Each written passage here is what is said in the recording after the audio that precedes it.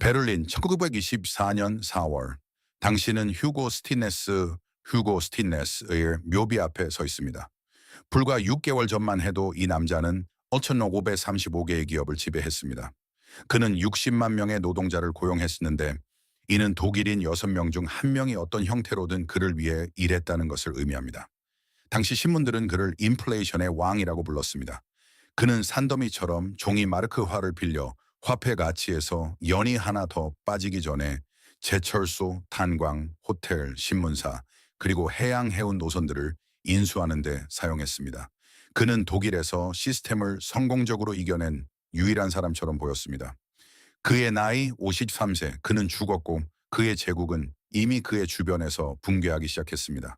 그의 아들들인 휴고 주니어와 에드문드는 각각 28세와 27세입니다. 그들은 모든 것을 물려받았습니다. 그가 남긴 마지막 말은 경고였습니다. 내게 신용인 것이 너희에게는 빚이다 라고 그는 말했습니다. 아무도 듣지 않았습니다. 1년 안에 인플레이션 기간 동안 천하무적처럼 보였던 제국은 갈기갈기 찢겨 조각조각 팔려나갈 것입니다. 초인플레이션도 해내지 못한 일을 화폐 안정화가 해냈기 때문입니다. 그것은 부채를 다시 현실로 만들었습니다. 바이마르 의정서 영상을 본 대부분의 사람들이 다음에 무슨 일이 일어났는지 물었을 때 틀린 첫 번째 사실이 여기 있습니다. 그들은 초인플레이션 기간 동안 금, 토지, 외화 또는 은을 보유했던 사람들이 분명히 잘 풀렸고 그 상태를 유지했을 것이라고 가정했습니다. 법의학적 기록은 그보다 더 복잡하며 훨씬 더 유용합니다. 이 영상이 끝날 무렵 여러분은 대공황을 포함하여 1921년부터 1912년까지의 만 10년 동안 각 유형의 실물 자산 보유자들에게 정확히 무슨 일이 일어났는지 알게 될 것입니다. 여러분은 특정 계층의 보유자에게 보상을 제공하면서 저축을 말살시킨 독일 금융 역사상 가장 파괴적인 법적 판결에 대해 알게 될 것입니다. 그리고 독일 금융 역사의 10년이 실물 자산 보유의 목적에 대해 실제로 무엇을 가르쳐 주는지 알게 될 것인데 이는 대부분의 사람들이 예상하는 것과는 다른 교훈임이 드러날 것입니다. 부검을 시작해 봅시다. 위기 이후 실물 자산 보유자들에게 무슨 일이 일어났는지 이해하기 전에 공식적인 이야기와 법의학적 기록이 실제로 무엇을 말하는지 이해해야 합니다. 공식적인 이야기는 이렇습니다. 1923년 11월 15일 렌텐마르크가 도입됩니다. 초인플레이션이 끝납니다. 독일은 안정되고 재건되어 황금의 20년대로 진입합니다. 번영의 시기가 뒤따릅니다. 그러다 1929년이 오고 대공황이 닥칩니다. 슬픈 이야기지만 나름대로 완결된 이야기입니다. 법의학적 기록은 완전히 다른 이야기를 들려줍니다. 법의학적 기록이 보여주는 첫 번째는 상황이 진정되었을 때 저축 보유자들에게 무슨 일이 일어났는가 하는 것이며 이는 모든 투자자의 눈꺼풀 안쪽에 문신으로 새겨야 할 표입니다. 1924년에 라이히스마르크가 전쟁 전 금 평가액인 미국 달러당 4,002 라이히스마르크로 렌텐마르크를 대체했습니다. 순금 7,016g을 함유한 전쟁 전 시시마르크 금화는 이제 정확히 20 라이히스마르크의 가치가 있었습니다. 금 보유자들은 100% 온전하게 보전받았습니다. 자, 이제 다른 모든 사람이 받은 것입니다. 모기지 채권자들은 5년 이상 보유했을 경우 액면가의 25%를 돌려받았습니다. 기업 채권자들은 수년간 지급이 지연된 상태에서 15%에서 25%를 받았습니다. 정부전쟁 채권 보유자들은 액면가의 2.5%, 즉 1달러당 5센트를 받았는데 그마저도 배상금 지급 후에나 가능했습니다. 상업은행 계좌 보유자들은 아무것도 받지 못했습니다. 전액 손실이었습니다. 저축은행 예금자들은 변호사들조차 설명하기 어려울 정도로 복잡하고 인색한 공동 분배 공식에 따라 사실상 아무것도 받지 못했습니다. 이것은 1925년 7월 16일에 재평가법 아우프웨르퉁 게세츠로 성문화되었습니다. 2년간의 정치적 법적 투쟁 끝에 독일 대법원인 라이히스게리트 차니 라이크 게릭는 1923년 11월 민법의 신의성실 조항을 인용하여 일정 수준의 재평가를 요구하는 획기적인 판결을 내렸습니다. 저축자 연맹이 조직되었고 인플레이션 피해자들을 위한 정의를 요구하기 위해 특별히 정당이 결성되었습니다. 1928년에 이 당의 후보 중 2명이 라이히스타크 의회 의석을 차지했습니다. 1930년경 환멸을 느낀 유권자들은 대거 나치당으로 이동했습니다. 금리 생활자 계층은 1970년 독일 인구의 15%였습니다. 1925년에는 3%가 되었습니다. 독일 인구의 12%가 재정적으로 전멸했고 1달러당 2.5센트만을 돌려받았습니다. 그리고 연방준비제도 의장 존 벤자민 스트롱 씨에 따르면 정부가 더 관대할 수 없었던 이유는 관대한 재평가가 미국 차관의 고가를 초래했을 것이기 때문입니다. 파산한 독일 저축자들은 외국 자본의 유입을 유지하기 위해 희생되었습니다. 실물금 보유자들은 모든 것을 받았습니다. 그 외에 모든 사람은 몇 푼 안 되는 돈을 받거나 아예 받지 못했습니다. 이것이 법의학적 기록입니다. 자, 여기에 놀라운 사실이 있습니다. 법의학적 기록은 1924년에서 멈추지 않습니다. 그리고 그 후에 10년은 실물 자산 보유자들에게 심리학적으로 더 흥미로운 두 번째 문제를 야기했는데 이는 기존의 바이마르 이야기에서 거의 다루어지지 않는 내용입니다. 1924년부터 1929년까지 독일은 미국 자본의 홍수 속에서 재건되었습니다. 1924년 시카고 은행가 찰스 도즈와 제너럴 일렉트릭 회장 오웬 양이 협상한 도즈 플랜이 문을 열었습니다. JP 모건은 7% 이율로 초기 8억 라이히스마르크 대출을 주선했습니다. 그 후 미국 은행들은 더 많은 대출을 해주기 위해 치열하게 경쟁했습니다. 모건의 토마스 레몬트는 1927년에 미국 은행가 무리가 문턱에 앉아 돈을 빌려주겠다라고 제안하는 모습을 묘사했습니다. 1924년에서 1930년 사이 독일은 290억 라이히스마르크의 외국 차관을 흡수했습니다. 1918년까지 미국 자본은 독일 총 자본 수입의 70%를 차지했습니다. 그 결과는 눈에 띄었고 실제했습니다.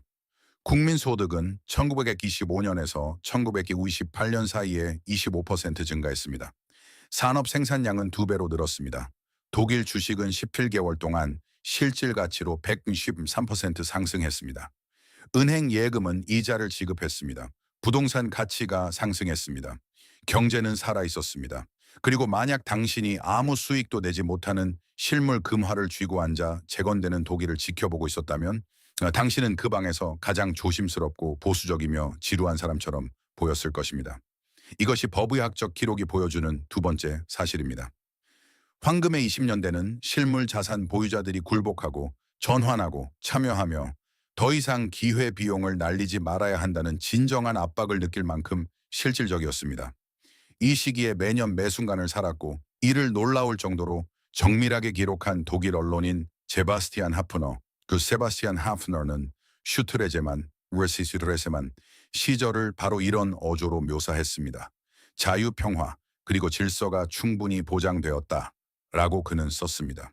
모두가 자신의 개인적인 삶에 집중하도록 정중하게 초대받았습니다. 표면적으로는 안정되어 보였고 5년간의 위기를 견뎌내고 이제 위기는 끝났다는 말을 듣고 있던 사람들에게는 다시 시스템을 신뢰할 적기로 보였습니다. 대부분의 사람들이 그렇게 했습니다. 그리고 그것은 법의학적 기록이 보여주는 세 번째 사실로 우리를 인도합니다. 세 번째는 1929년이 닥쳤을 때 무슨 일이 일어났는가 하는 것인데 독일에는 단계적으로 닥쳐와 상황을 더 악화시켰습니다. 첫째는 무시된 경고들이었습니다. 독일 주식시장은 미국보다 더 일찍 정점을 찍었습니다. 안정화를 주도했던 인물인 얄마르 샤흐르 HR 샥트 라이스방크 총재는 1927년 5월 베를린 은행들에게 증거금 대출을 축출하도록 강요했고 이로 인해 주가는 단 하루 만에 13% 폭락했습니다. 케임브리지 대학의 경제사학자 한스 요아힘 보트는 나중에 샤흐트가 틀렸음을 즉 거품은 없었으며 독일 주식은 소위 붐의 정점에서도 실제로는 여전히 1913년 수준 아래였다는 것을 입증했습니다. 이 개입은 투자 신뢰를 훼손했고 독일의 취약성에 기여했습니다. 둘째는 월스트리트가 붕괴하기만 1년 전인 1928년 말에 발생한 미국 자본의 회수였습니다. 독일 자본 유입의 55%는 언제든지 회수 가능한 단기 자금이었습니다. 회수 요청이 들어왔습니다. 셋째는 은행 붕괴였습니다. 오스트리아의 크레디탄슈탈트, 시레디탄스탈트. 은행이 1931년 5월에 파산했습니다. 전염은 몇 주 만에 독일에 도달했습니다. 독일의 주요 상업 은행 중 하나인 다나트 은행 다나트방크는 1931년 7월 13일 약속된 대금을 지급할 수 없다고 발표했습니다. 정부는 은행 휴업령을 선포했습니다. 드레스드너 은행, 드레스디너뱅크도 함께 파산했습니다. 독일의 5대 주요 상업은행 중 4곳이 공적 관리해 놓였습니다. 1931년 7월 14일 독일은 금 태환을 중단하고 외환 통제를 실시했습니다. 불과 7년 전에 전쟁 전 금 평가액으로 복구되었던 라이스마르크는 이제 금으로부터 단절되었습니다. 이제 목록을 살펴봅시다. 주식은 폭락했습니다. 1925년에서 1927년 사이에 주가가 163% 상승하는 것을 지켜보다가 마침내 굴복하고 주식을 샀던 사람들은 자산이 파괴되는 것을 지켜봐야 했습니다. 은행 예금은 동결되었고 주요 은행들이 파산하면서 대부분 소실되었습니다. 독일 정부 채권과 기업 부채는 디플레이션의 소용돌이 속에서 황폐화되었습니다. 1932년 초 실업률이 30%를 넘어서면서 부동산 압류가 가속화되었습니다. 은행 시스템 밖에서 보유한 외환은 상황이 달랐습니다. 시스템 밖에서 실물 달러, 파운드 또는 스위스 프랑을 보유했던 사람들은 초인플레이션 기간 때와 마찬가지로 완전한 구매력을 유지했습니다. 메커니즘은 동일했습니다. 기관 밖의 자산은 살아남았고 내부의 자산은 그러지 못했습니다. 실물금 또한 제 역할을 했습니다. 독일에서 1929년부터 1932년 사이 금의 구매력은 약 20%에서 25% 증가했습니다. 이는 금값이 명목적으로 올랐기 때문이 아니라 가격이 급격히 떨어지는 동안 금의 가치가 꾸준히 유지되었기 때문입니다. 디플레이션 붕괴 상황에서 금은 보존되고 가격은 금을 향해 하락합니다. 직접적인 개인 통제해 있는 실물 토지도 남아 있었습니다. 인플레이션 동안 가치 없는 마르크화로 모기지를 갚았던 농부들은 모기지를 25%로 복구시킨 재평가 아우프웨퉁에 의해 상황이 부분적으로 반전되었습니다. 그러나 부채 없는 땅을 가지고 스스로 먹고 살 수 있었던 농부들은 최소한의 기반을 유지했습니다. 두 번의 위기 동안 생산적인 토지를 지킨 가족들은 1932년까지 번영하지는 못했지만 멸망하지도 않았습니다. 이것이 만 10년 동안의 법의학적 기록입니다. 자, 이제 대부분의 사람들이 아직 생각해보지 못한 부분이 있습니다. 1921년부터 1932년까지 실물 금화를 보유했던 독일 금 보유자는 두 번의 별개 시스템 붕괴에서 살아남았습니다. 그들은 저축을 없애버린 재평가 아우프웨퉁 안에서 살아남았고 예금을 파괴한 은행 붕괴에서 살아남았으며 주식, 채권, 부동산을 휩쓸어버린 대공황에서 살아남았습니다. 그리고 그 끝에 그들은 그저 온전했을 뿐입니다. 부자가 된 것도 아니고 횡재를 한 것도 아니었으며 그저 온전했습니다. 1934년 1월 프랭클린 루스벨트가 금 가격을 온스당 2.67달러에서 35달러로 재평가했을 때 미국의 경험은 달랐습니다. 미국 금 보유자들은 명목상 69%의 이익을 얻었습니다. 독일 정부는 자국 금 보유자들에게 그런 보너스를 주지 않았습니다. 라이히 독일 정부는 자유 태환을 중단한 후에도 명목상의 금 평가액을 유지했습니다. 10년간 절제하며 황금의 20년대 붐 동안 굴복하기를 거부한 보상은 이것이었습니다. 당신이 독일에서 재정적으로 파멸하지 않은 유일한 사람이었다는 것입니다. 당신은 이익을 얻은 것이 아니라 보존된 것입니다. 이것이 법의학적 기록이 우리에게 강요하는 차이점입니다. 보존은 이익과 같은 것이 아닙니다. 그리고 1921년부터 1932년까지의 전체 기간은 자산의 목적이 성장이 아니라 생존에 있다는 주장을 뒷받침하는 기나긴 문서화된 농어입니다. 여기에는 불편한 현대적 평행 이론이 존재합니다. 중앙은행들은 지난 3년 동안 3,200톤 이상의 금을 매입했습니다. 2022년 순매입량은 78,136톤에 달해 1950년대 기록이 시작된 이래 최고치를 기록했습니다.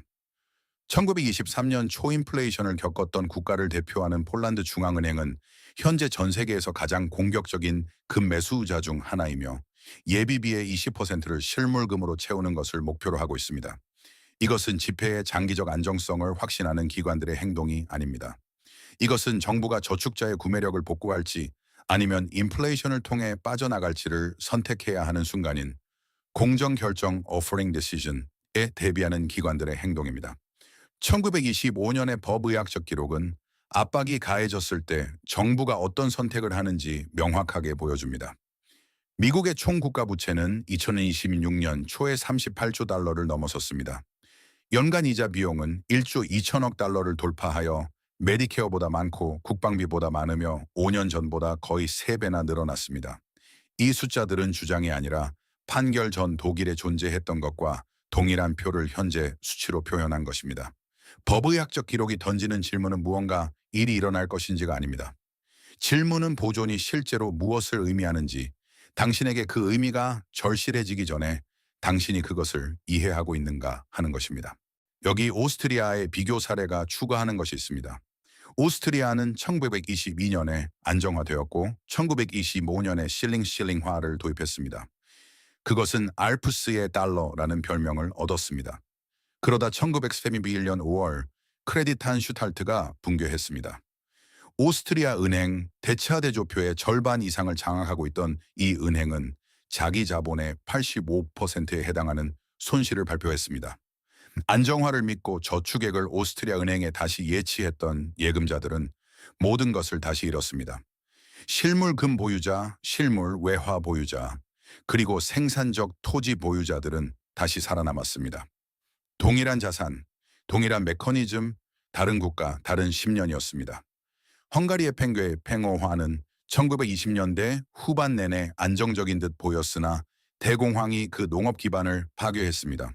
폴란드는 1924년에 안정화되었고 대공황 기간 내내 금 태환 정가를 완고하게 고수하여 디플레이션 정책이 붕괴를 필요 이상으로 악화시켰습니다.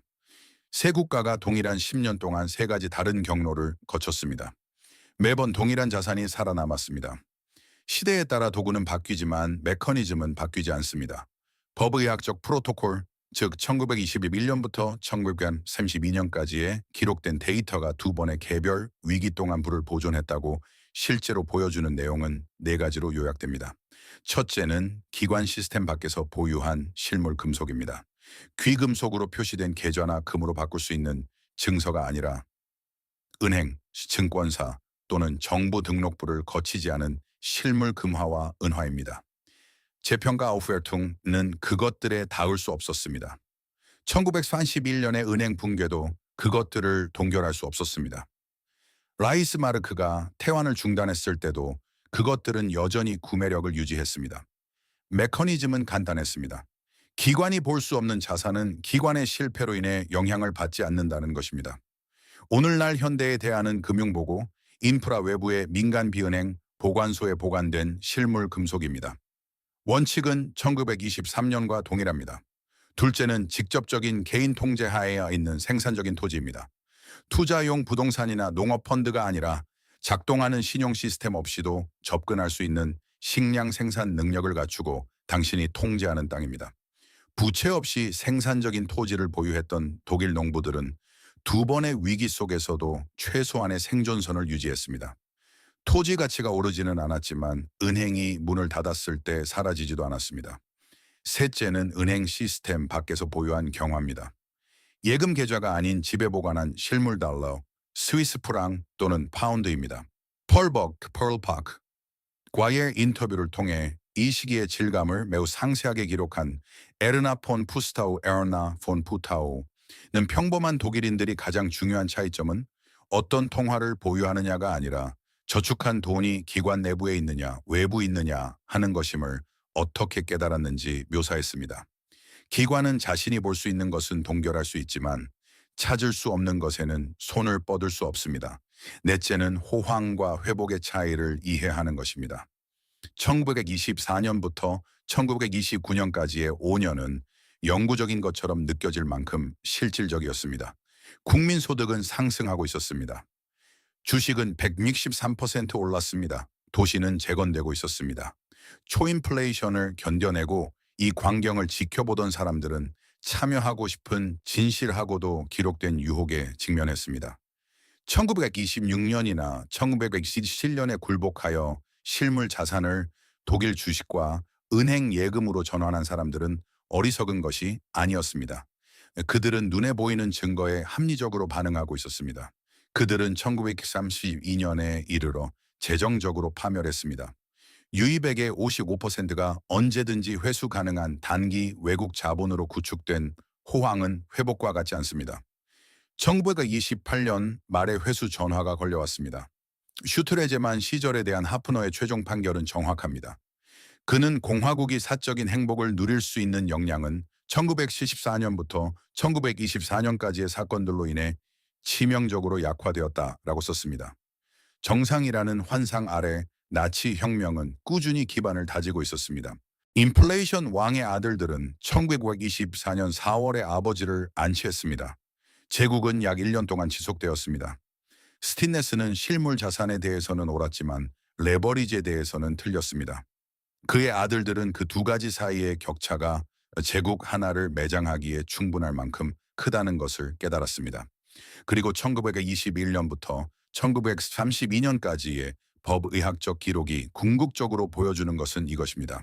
초인플레이션 기간 동안 실물 자산을 보유했고 황금의 20년대 내내 그것을 지켰으며 1931년에 은행 붕괴 중에도 그것을 보유했던 사람들은 엄청난 수익으로 보상받지 못했습니다. 그들은 절제 덕분에 부자가 된 것이 아닙니다. 그들은 온전해졌을 뿐입니다. 첫 번째 위기에서 독일 인구의 12%를 재정적으로 파멸시키고 두 번째 위기에서 나머지 대부분을 파멸시키기 위해 돌아온 10년 동안 온전하다는 것은 위로상이 아니었습니다. 그것은 존재하는 유일한 상이었습니다. 자산의 목적은 좋은 시절에 부를 증식시키는 것이 아니라 나쁜 시절에 부를 보존하는 것이었습니다. 바이마르 법의학 기록은 흔히 금에 대한 찬성 농어로 제시됩니다. 더 정확한 해석은 그것이 당신이 무엇을 소유하고 왜 소유하는지를 필요해지기 전에 이해해야 한다는 농어라는 것입니다. 역사의 법의학적 기록에 대한 이 심층 분석이 여러분의 포트폴리오에 있는 자산을 바라보는 방식을 바꾸어 놓았다면 채널을 구독하고 이 영상에 좋아요를 눌러주세요. 우리는 시간과 상황에 의해 묻혀버린 역사적 진실을 발굴하는 데 전념하고 있습니다. 오늘 여러분의 재정적 미래를 위해 씨앗을 심으십시오.